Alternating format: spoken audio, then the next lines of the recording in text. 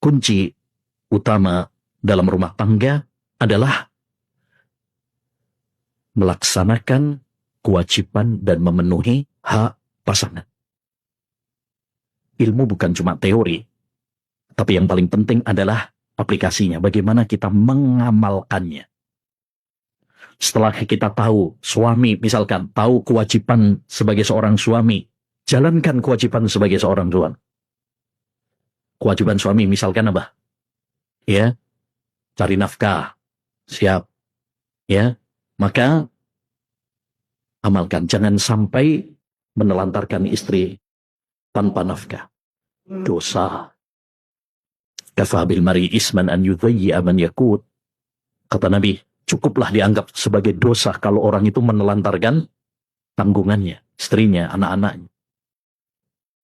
Dan yang lebih penting daripada memberi nafkah, yaitu mendidik.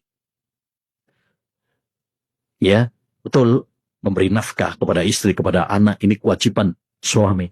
Tapi ada kewajiban yang lebih penting daripada itu, yaitu mendidik, membimbing, menggandeng tangan istri dan anaknya menuju surga, menjaga dan melindunginya dari api neraka. Ini jauh lebih penting.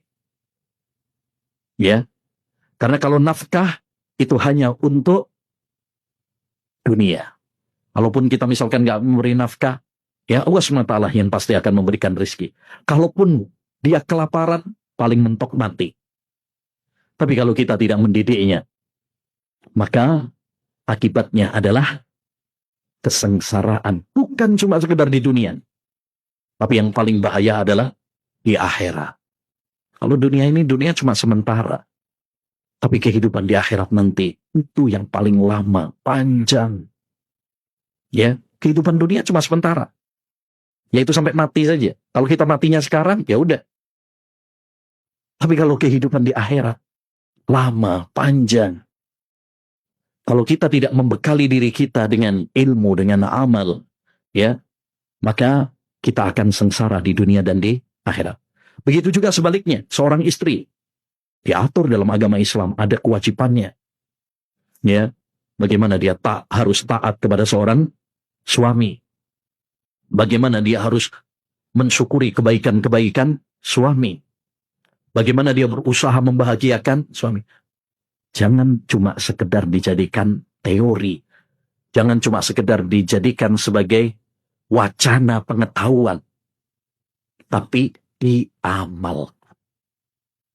Karena ilmu jika tidak diamalkan, nggak ada manfaatnya.